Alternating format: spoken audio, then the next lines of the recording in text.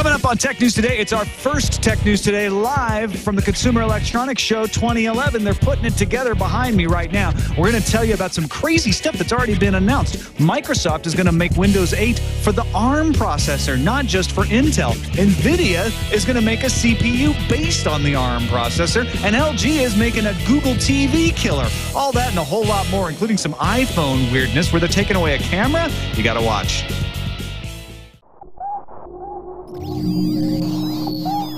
Netcasts you love. From people you trust. This is TWiT. Bandwidth for Tech News Today is provided by Cachefly at CACHEFLY.com.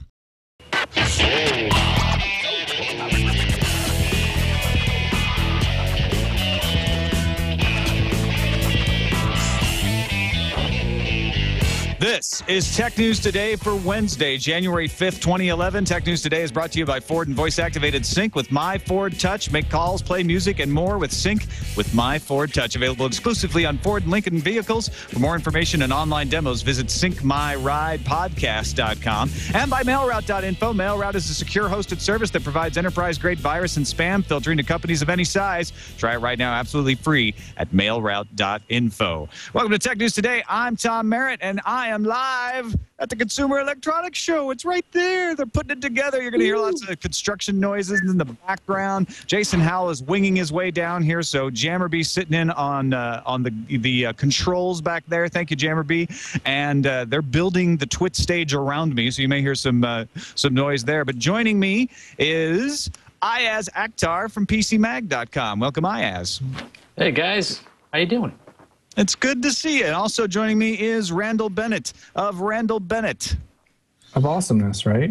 So How's it going? I never know. Doing good. How are you guys? Ever since you stopped doing the regular media thing and now you actually have a real job, I don't know how to introduce you anymore. For now, we'll see. I don't know.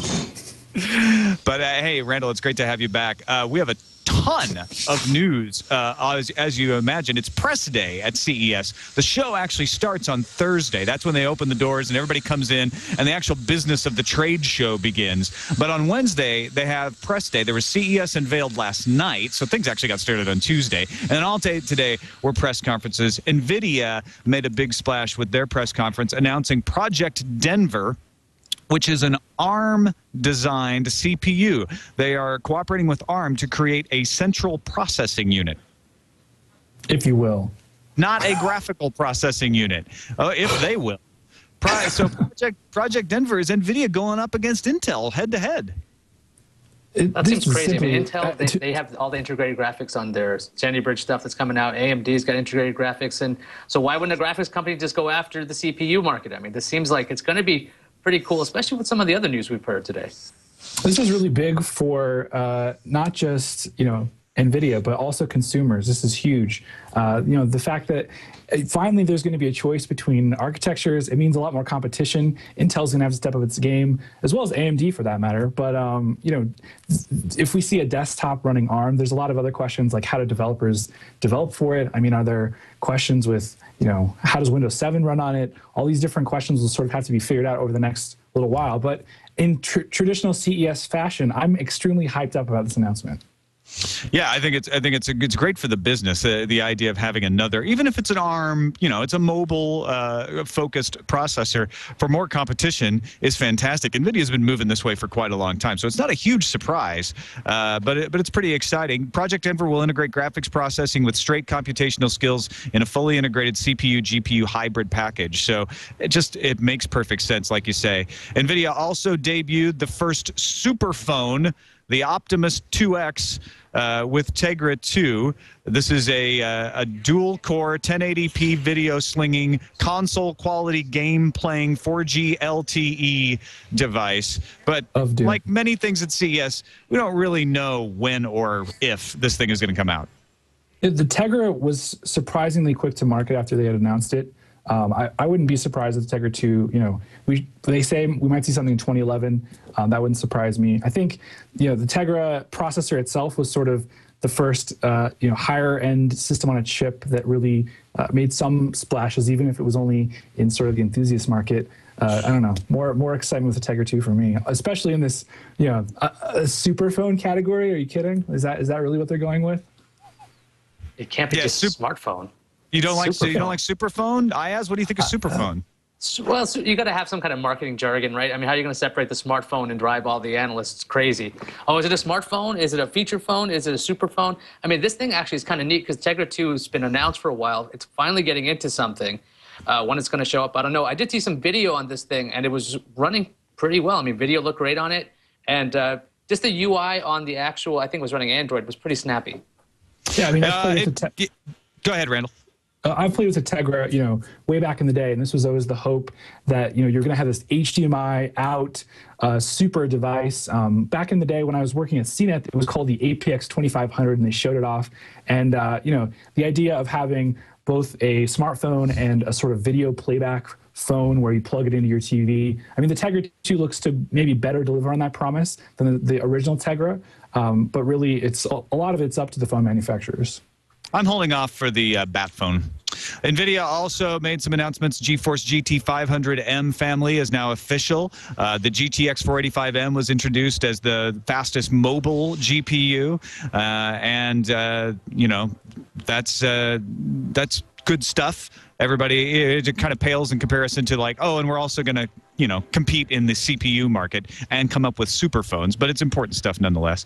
Microsoft had a press event. Now, later on tonight, after we record, Steve Ballmer will be opening up the show with the opening night keynote. Used to be done by Bill Gates. Last year, Steve Ballmer took over the duties. But they had a press event this afternoon and announced that Windows 8 will run on ARM. So when you talked about Windows 7 on ARM earlier, you could actually see a future where you've got Windows 8 running on an NVIDIA CPU. Yeah, I mean, to me, that's the exciting thing, right? To have, TI map as well as Tegra 2, as well as, all these different chip architectures, it means more flexibility for these tablet manufacturers, right? We're not going to see necessarily complete iPad ripoffs. We might see, I don't know, that sort of weird laptop tablet category that never really worked out anyway. But maybe they'll bring some, I don't know, refreshed ideas to that. The entire Microsoft keynoting CS has always been weird for me because they're not a consumer electronics company, but I guess they could show off their latest, not mice or or more tablets. What do you mean? They're obviously going to put Windows 8 on the Zune because now they can. This is perfect. It's true. Could you imagine a Zune running a full copy of Windows 8? Exactly. Well, that's right. They're partnering with systems on chips. So they're partnering with Snapdragon, TIO Map, and Tegra 2. You saw that. Windows 8 on your Zune. Exactly. Or maybe Zune Large. So like maybe a lot of Windows tablets coming up now can run really easily on stock hardware. So that's kind of nice. This Zune huge. I'm looking for the WinVidia acronym to be coined at some point. To replace Wintel. We're also looking at Windows TV possibly being the big news from the Ballmer keynote tonight.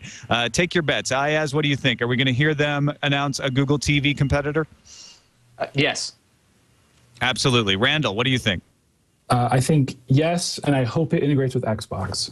Yeah, because they can't just parade out a bunch of tablets again. They got to come up with something different. So I agree. Exactly. I think it's a good bet for that. Also, Paul Thurrott, our friend from Windows Weekly, announces on his blog over at WindowsPhoneSecrets.com the roadmap for Windows Phone 7 updates. The first update will be No Dough. Will release to manufacturing in January. It stands for No Donuts. But it won't ship until early February once the carriers sign off on it. It includes copy and paste, support for Qualcomm 7X30 smartphone chipset, CDMA location stack, etc. The major update will be Mango. This will add Internet Explorer 9 with the Trident 5 rendering engine. This is the 75XX code branch. Suggested it'll be called Windows Phone 7.5 at that point. It'll actually be a version update as well. So there you go. That's coming later in the year. Mango is not the next Windows Phone update after No Dough, though. It's part of a future major update, so that's why it doesn't have a date for it. But a little more. It's healthier, right? They're doing mango, not donuts. It's not the sweets. They're staying away from the sweets.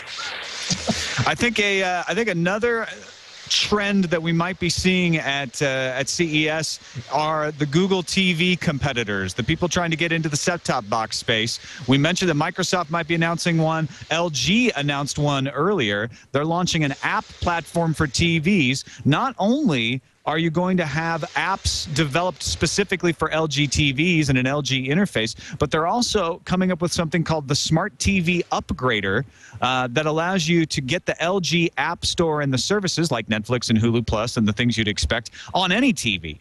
So they're not, I think that's a smart move, right? They're not saying, well, we just want this built into the LG TVs and force everyone to buy LG.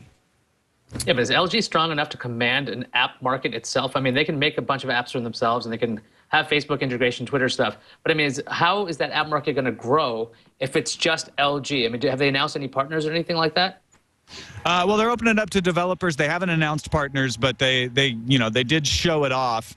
And in the demonstration, they had Netflix, they had Hulu Plus, they had YouTube, they had MLB.TV. So I would assume that they would get all of the normal partners that you would see sign up for these sort of things. Netflix wants to be everywhere, so that's a safe bet. Yeah, my hope would be that it wouldn't be a specific platform like, say, Google TV, but instead, they just support a really robust HTML5 implementation. As a developer, I don't want to build yet another platform. I mean, Boxy, Roku, LG, like Google TV, Apple TV, like how many more platforms are there going to be? Well, I think there's going to be a lot more before we scale them down to the winner, right? Yeah.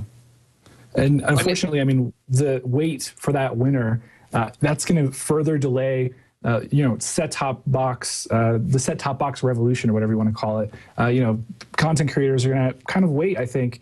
Netflix maybe will lead the way and be on every device, and then maybe it's up to consumers. I mean, I don't know how this is going to play out, but it upsets me that the fragmentation is so, ridiculous. LG also announced LTE modem chip and module for Verizon. We're going to hear a whole lot more about LTE modems and phones, particularly from Verizon, tomorrow. They have a press conference at 8 a.m.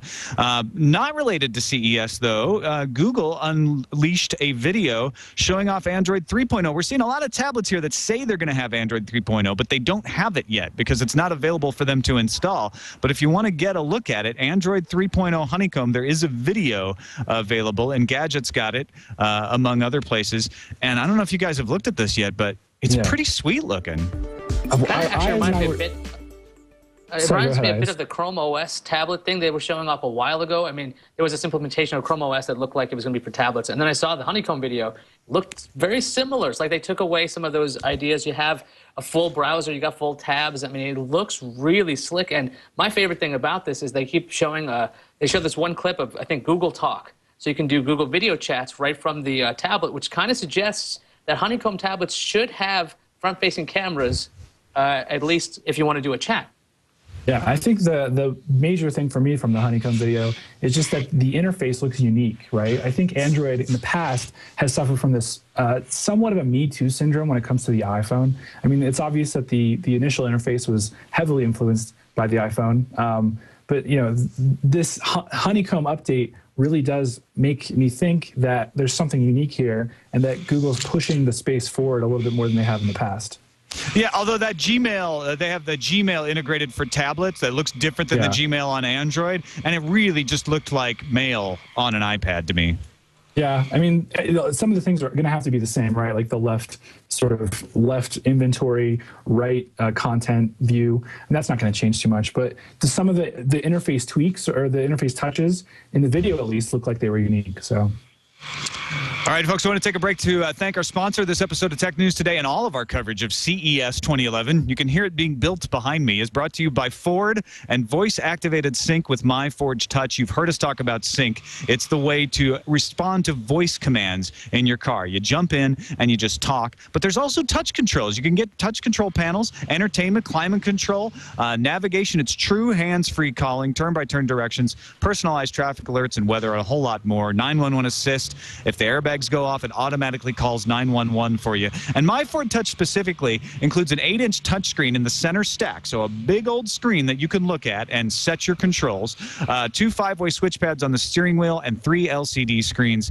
With Sync My Ford Touch, you can switch between voice commands and touch commands on the fly. So if you're parked and you want to use the touch to play through a bunch of stuff, you can do that. Then once you're driving, switch it back to voice, so you've got your hands on the wheel and your eyes on the road. Stay connected. Available exclusively on Ford and Lincoln vehicles. We invite you to experience Sync with My Ford Touch this week at a Ford dealer near you. So stop on by. Say, hey, I want to take a look at that My Ford Touch, that Ford Sync, and view online demos for more at syncmyridepodcast.com. Thanks to Ford for supporting Tech News Today and our coverage of CES, the Consumer Electronics Show 2011. Another story that actually hasn't come out of CES today, though, Amazon readying their Android App Store, opened up for developers now. This seems like a really cool thing. I mean, like, the cool thing about Android is that you can have the Google app market, or you can have, I think there's a competitor that Angry Birds is on. And now with Amazon's, it's going to be kind of nice, because I was reading their little press release, and what they were talking about is their expertise on just basically online shopping. Because the problem with the Android marketplace is it's very hard to find anything. I mean, you think with Google it'd be very easy, but apparently very difficult to navigate that app market. But Amazon might actually have a much better alternative. Plus, I mean, they probably could get this on anything. Yeah, I'm not super convinced on Amazon being able to, really knock this out of the park. But I do think in some cases that the Android market fragmentation is good. I'm not sure it is with Amazon, but NVIDIA, we were talking about them earlier, they announced their own little app store just for high-end games. See, that to me makes a lot of sense. Amazon's market, Tom, what do you think Amazon's whole market's going to be? I think Amazon is perfect for this. I think that Amazon is exactly what Google needs. In fact, I think Google should just contract out for Amazon, because they know how to make it easy to shop. They know how to show you related apps. They know how to do search on the web. They know how to do all this stuff. And another interesting angle that they're doing here is they let the developer set a list price, but then Amazon decides how to best price the app based on its own marketing schemes. So the developer still takes home the 70% cut, but Amazon is dynamically changing prices on different apps depending on popularity trends. You've got Amazon saying, we're going to play with our 30% a little to try to tweak how this goes. That makes a lot more sense to me. I mean, when I first heard this, I saw the developer portal, and that was about it. But those extra details on having things cross-linked, and maybe people who also bought this app would buy this app. That might be a way that they could actually one-up Apple's store, because I can't find, unless you know the direct name of the thing you're searching for, or it's in the top 50, it's really hard to find new apps and discover new things. And speaking of Apple's App Store, Amazon will be approving everything that goes into the store. So expect some problems over that when they decide to reject some app for some ridiculous reason, because it's going to happen. Just a minor note here, Kindle apps now available for Android and Windows Kindle apps will be available for Android and Windows tablets later this year, and Kindle app for Windows Phone 7 available now, and it's coming for Android as well. There you go.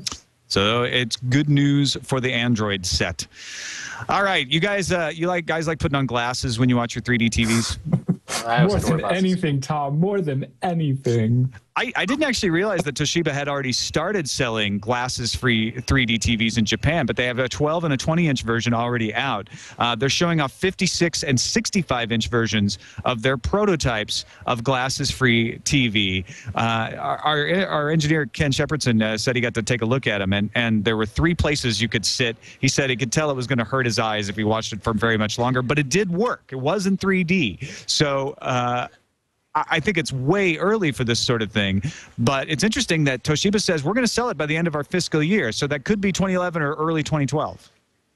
That doesn't seem like a good idea. If there's only 3 spots you can watch it, and you can only watch it for a limited duration, I mean, this seems like it's too early for it. But then again, they're showing off prototypes, so maybe they'll be able to test it out. But I mean, again, you still have the content issue, and well, I guess you don't have any more glasses, so that's a plus. But it shouldn't be painful to watch TV, I think. Yeah, I mean, keep it in the research lab, keep it at CES, keep it at CEDIA, keep it at these places where they can show it to people, but do not sell these TVs. I didn't think glasses TVs were a good idea. I don't think, if this is lenticular, which is what I'm guessing, I don't know anything about their tech, but to me it seems like based on having it be in, a couple specific spots, they're just doing some sort of lenticular like prism thing, and that's going to give you a headache if you're watching it, unless you're watching it on the exact angles. I mean, keep it in the labs, keep it at CES, but don't sell to the public. Toshiba also issued their own 3D warning, similar to Nintendo, saying that, if you have children 6 years or younger, that you should probably not allow them to watch it. So the idea of getting a 56-inch TV for 3D and then saying, oh, send the kids out of the room. We're going to watch the Super Bowl now in 3D. You can put your kid off angle. That's all. And he's fine. See, there you go. That's what it's for. It's for the safety of the children. Yeah, that's not going to hurt his eyes. You don't stand in one of the 3 spots. You're safe. Now, I talked earlier this week on Tech News Today about Intel's Sandy Bridge finally getting the official get-go. AMD has now followed up with the announcement of their first Fusion chips. These are chips that combined the ATI graphics chip with the AMD x86 chips in a Fusion hybrid CPU-GPU chip. That's the way of things these days. And they're claiming 10-plus hour battery life with DirectX 11 graphics. Yeah, I think this takes the low end of the market pretty well. AMD is known for sort of competing in that Core i3, Core i5 world.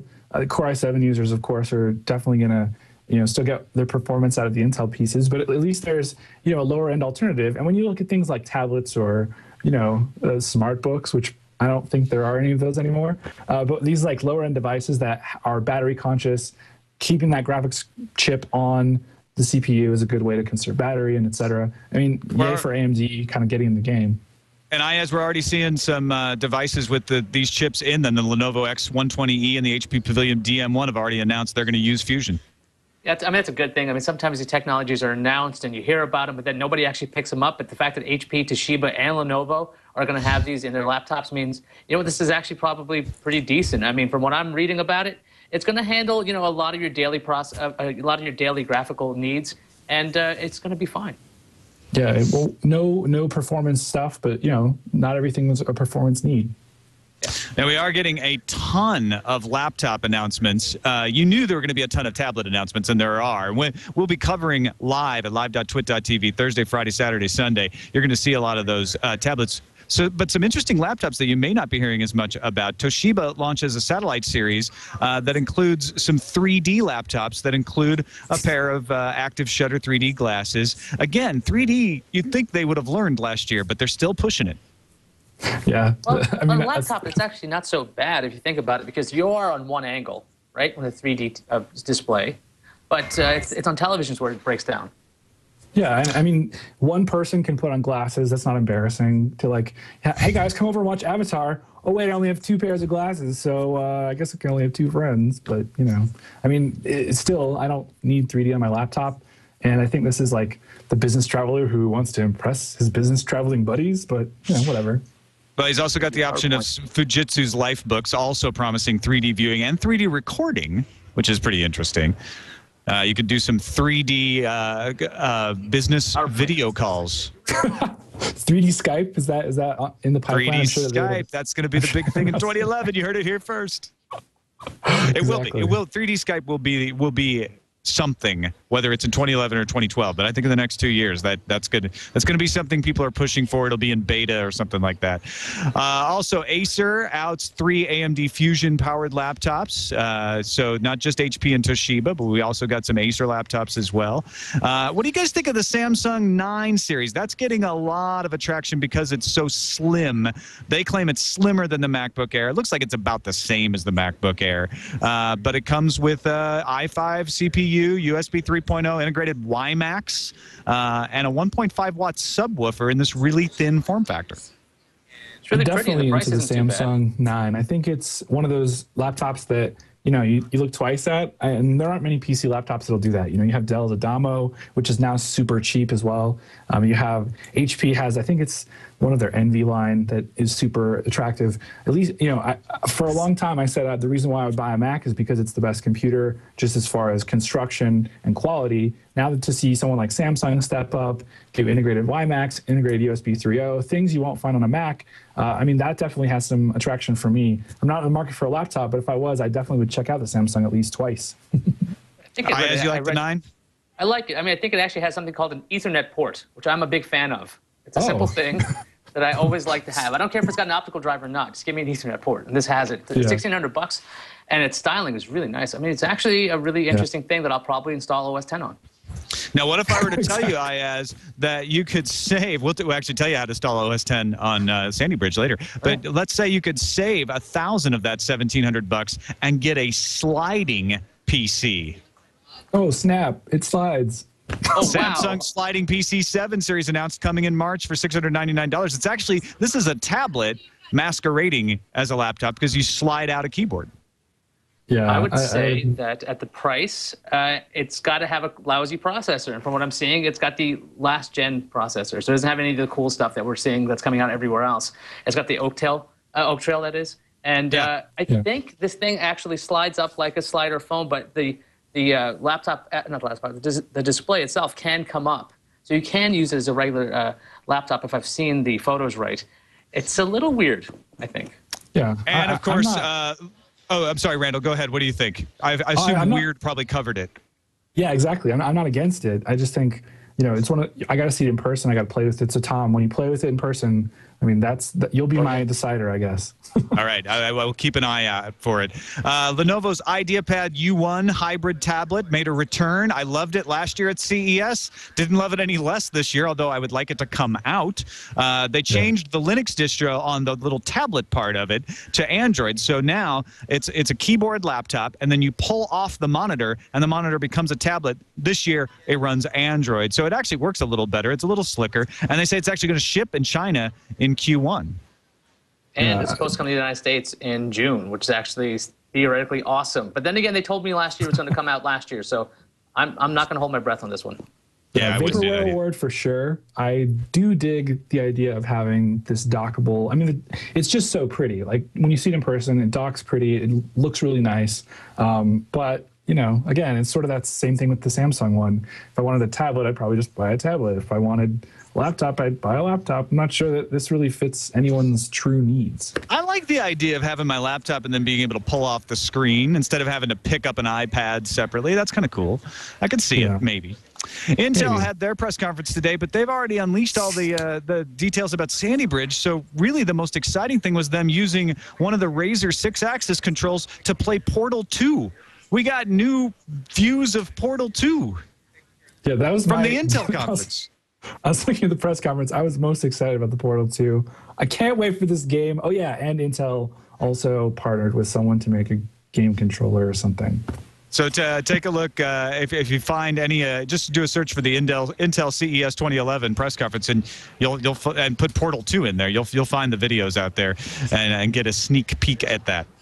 All right, we got 2 news fuses for you today, so don't be confused. Our first one is our CES Los Fuses. We'll get to that in a second. First, I want to thank mailroute.info for supporting Tech News Today. I use it to block spam. If you run your own web server, or even if you're just an individual user who says, you know what, I'm tired of spam, you change a little bit of the MX record, and then you send your email to MailRoute. MailRoute takes out the spam and sends it to you. It sounds ridiculously simple. It sounds like I'm giving you a bunch of hype, but I'm not. I've tried it. I take acedetect@sobrilliant.com, which I've had since 1996, and it was just covered in spam. It was useless. I signed up for MailRoute thinking, it might get rid of some of the spam. Got rid of all of it. I actually can use that email address again. So if you would like to try it out, get a free trial. Go to mailroute.info, try it out for free, and as a part of the TWiT army, you'll get a special price when you sign up, $2 per user per month for 10 users, or if you're a single user or a family user, $30 per user per year for single users. Visit mailroute.info and try it out. Time now for the CES Los Fuses.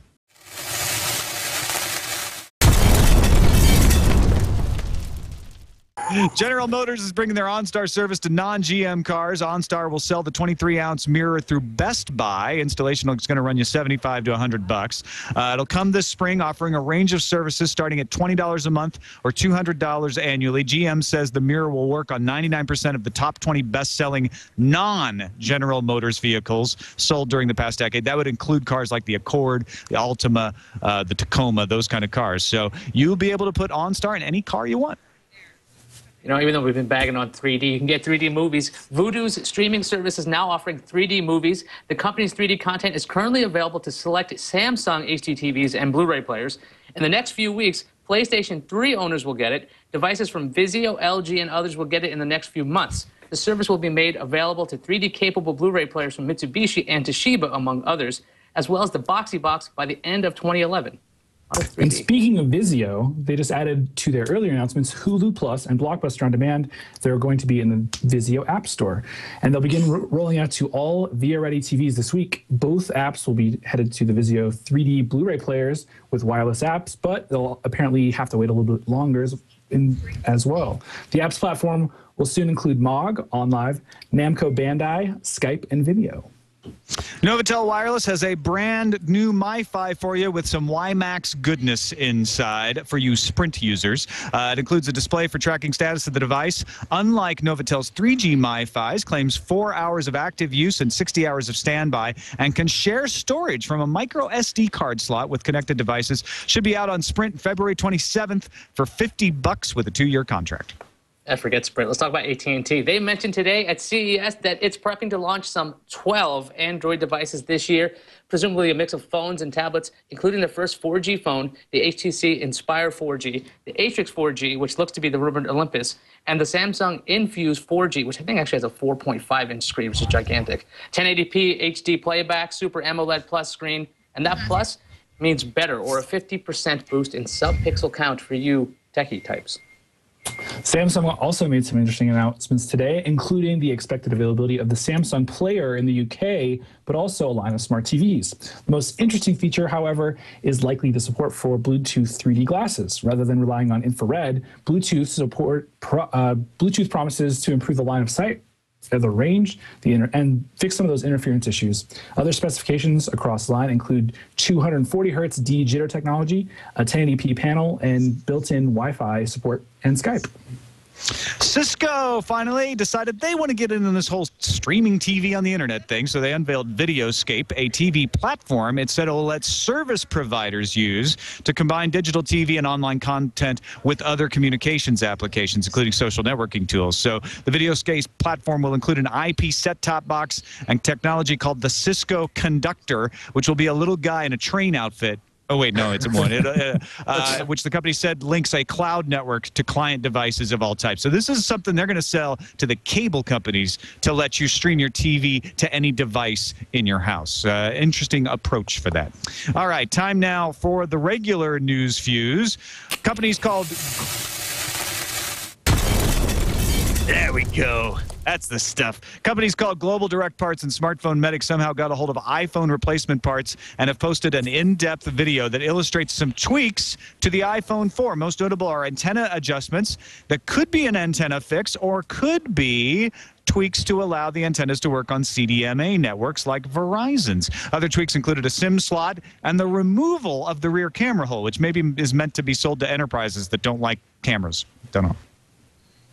That sounds very odd. Just in time for some hot $300 thin laptops with Sandy Bridge inside, the fine folks at Tony Mac X86 blog have posted instructions on how to run OS X on Sandy Bridge. It's not for dabblers or even people who like long-term reliability, but for you Hackintosh fans out there looking for a cheap alternative to the MacBook Air, it's a start. And the first custom firmware for the Sony PS3 has been released. A coder known only as Kakaroto, there you go, claims that he has achieved the feat. The guy says that, or girl, says that because of legal and copyright issues, he won't publicly release his own version of the firmware, but has provided all the tools needed to so that anyone with a bit of Linux savvy can create their own. It's all based on Sony's official firmware update. I like that. Bloomberg Businessweek says Google's working on its own NFC-based mobile payment system. That's Near-Field Communications, not National Football Conference. Businessweek says the system might launch as early as this year. It will be in competition with the ISIS system created by Verizon, T-Mobile, and AT&T. Now, in November, Google sued the Department of Interior for purchasing cloud services from Microsoft, arguing that Google Apps platform was frozen out of the bidding. Today, a federal judge, Susan Braden, sided with Google by issuing a preliminary injunction preventing the department from deploying Microsoft's business productivity online suite. Braden also found that Google had made a preliminary showing that the department had violated a 1984 regulation on competitiveness in government contracts. Microsoft is also at odds with a researcher employed by Google who published a zero-day vulnerability in Internet Explorer on New Year's Day. The vulnerability was discovered using CrossFuzz, a browser fuzzing tool created by Google researcher Michael Zaleski, who says he gave Microsoft more than 6 months of warning before he disclosed the flaw to the public. Microsoft disagrees, however, arguing that Zaleski has now put thousands of IE users at risk. All right. That's a lot of fuses to news on. Time for the calendar.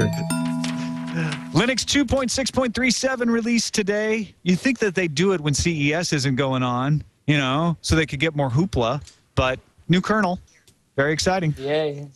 Motorola event this evening. I'm just going to give you a rundown of all the CES events between now and the next Tech News Today. Motorola event at 4 p.m. Pacific, actually starting right now as we're recording this. Sony CES event at 5 p.m. Microsoft's keynote, as we mentioned, Steve Ballmer at 6:30 p.m. All these times are Pacific. And then tomorrow morning, Verizon with their keynote at 8 a.m. Bunch of 4G phones, bunch of LTE stuff coming your way. And there's always that little kernel of wonder if they're going to do an iPhone announcement there. I think no. Leo's going to be there just in case. What do you think, Randall? No way. It's not going to happen. I mean, maybe in 2 weeks we'll hear from Apple. There's no way. It is unthinkable that Apple would ever let Verizon announce anything cool. No, especially on the same day that the Mac App Store opens. They're not going to do that. But finishing up our CES rundown. Oh, I'm sorry, Iyaz, I wanted to get your opinion too. iPhone announcement, you see on the same page as me and Randall? I think Randall's 100% right. Apple's not going to let Verizon do anything. If anything, Apple has its announcement, and then in February, Verizon has its own, but not at CES. Ford will unveil the Focus Electric at CES tomorrow at 11 a.m. And, of course, our coverage starts at 1 p.m. right here live from the South Hall. If you're coming to CES, come by and see us. You just come into the South Hall, go straight in. Is 1 o'clock not right? Well, it'll be here at CES somewhere. Find us. But our booth is right here in the South Hall. If you're at CES, come by during the weekend. We'll be going live straight through. Actually, our live coverage starts tonight at Digital Experience at 7 p.m., hopefully, if all things go well. And we'll be giving you a look at some cool stuff from the Digital Experience press conference. And then we're on the show floor tomorrow, all over the show on Friday, Saturday, and Sunday. If you want to feel like you're at CES, beat up your feet a bunch, bind them and hit them, walk around a lot with your laptop and just watch our streaming. It'll be exactly like here. In fact, it'll be better than being here because we'll show you more than you could possibly see if you were trying to walk around this vast conference on your own.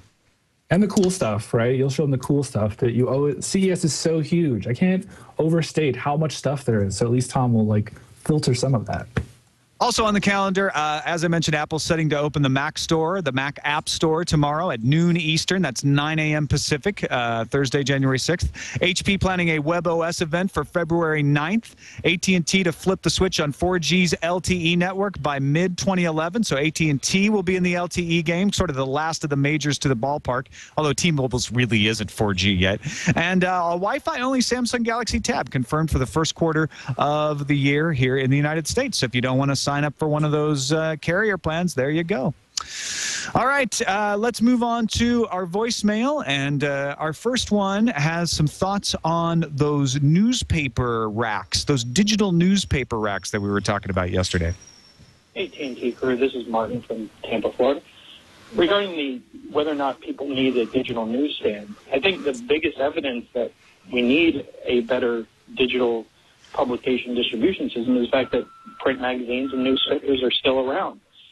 There's a whole population of people out there who, are still getting these things via paper, and, a printed publication has a much thinner margin than a digital one.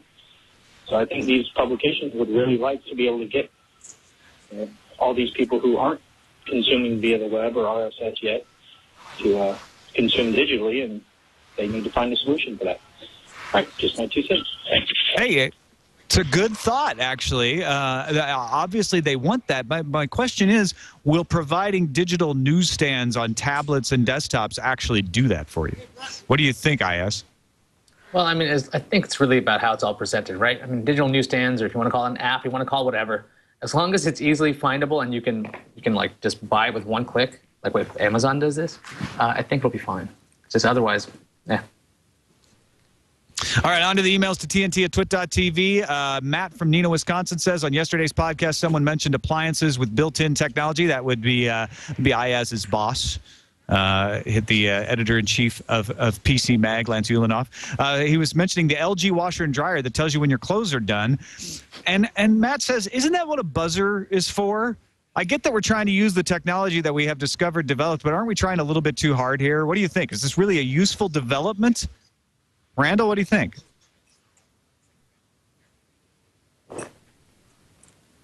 Randall's not there. Hey, wait, there I am. There we go. Oh, there you are. Okay, yeah. Sorry, Randall, what do you think? So I want everyone to know the contents of my laundry. I want everyone to know what's in my fridge. I want my appliances to tweet. I want, share them on Facebook, do everything. No, but really, no, honestly, though, I do think the idea of having smart appliances, you got to start somewhere. And if it starts with just sending you an email and your laundry's done, it leads to other good things like actually, knowing what's in your fridge, being able to order stuff for you before you need to get it. Doing things like efficiency of water. I mean, there's the whole Internet of Things to think about. If there's anonymous data being collected, companies can, make appliances they can know when they fail. There's a lot of advantages here, and maybe the cell phone text message buzzer is just the start. I agree. We should all tell each other when we're doing our laundry and what kinds of laundry we're doing at all times. Iyaz? Well, that's great. I mean, just if you think about it, you can send it to Google. You get a nice directed ad saying, hey, on your washer, would you like to buy some Tide? And here's a coupon. Or get a Groupon or something silly like that. I think the buzzers, perfect. Come on, that's been done. Let's move ahead. Let's live in the future now. Future, man. Live in the future. All right, we have just plowed through a bucket load of CES news today. I am impressed with both of your prowess to do this with me. Thank you so much. Randall, Bennett, let folks know where they can find you on the internet. So my day job is Cachefly. It's a video platform. When I write about video, which is something I'm completely obsessed with, I do it at Vid++, and you can catch me on Twitter with the username RandallB. So any of those places, you can find me. All right, I'll introduce you as being from Vid++ from That's now. Good. I'll try to remember that. Iyaz, Akhtar, PCMag.com. Let folks know where else they can find you on the internet. They can find me at iyaz.me or thisoldnerd.com, where I still do a video show where I show you how to have the most tech-forward life there possibly can be, including washer and dryers that will tweet one day. Hey. But I definitely got to plug our CES coverage, ces.pcmag.com. We do have people out on the floor walking around on that horrible, horrible carpet, and they're busting their feet finding the coolest stuff. So definitely check it out, ces.pcmag.com. There you go. You will not miss a beat of CES if you read PCMag.com and you watch our coverage. Sorry for the glare on the video version, but they're laying the carpet right now out there. They're working away. They're vacuuming. They're building. They're putting it all together. And live.twit.tv is the place to see everything important that happens at CES. So thanks, everybody, for joining us. Thanks again to Randall and Iyaz. Thanks to Jammerby for operating things back at the home base. We will see you tomorrow. Twit.tv/TNT is the web address. TNT at twit.tv is the email address. And 260-TNT show is the voicemail. My brain's almost fried already. We just began. We'll see you tomorrow.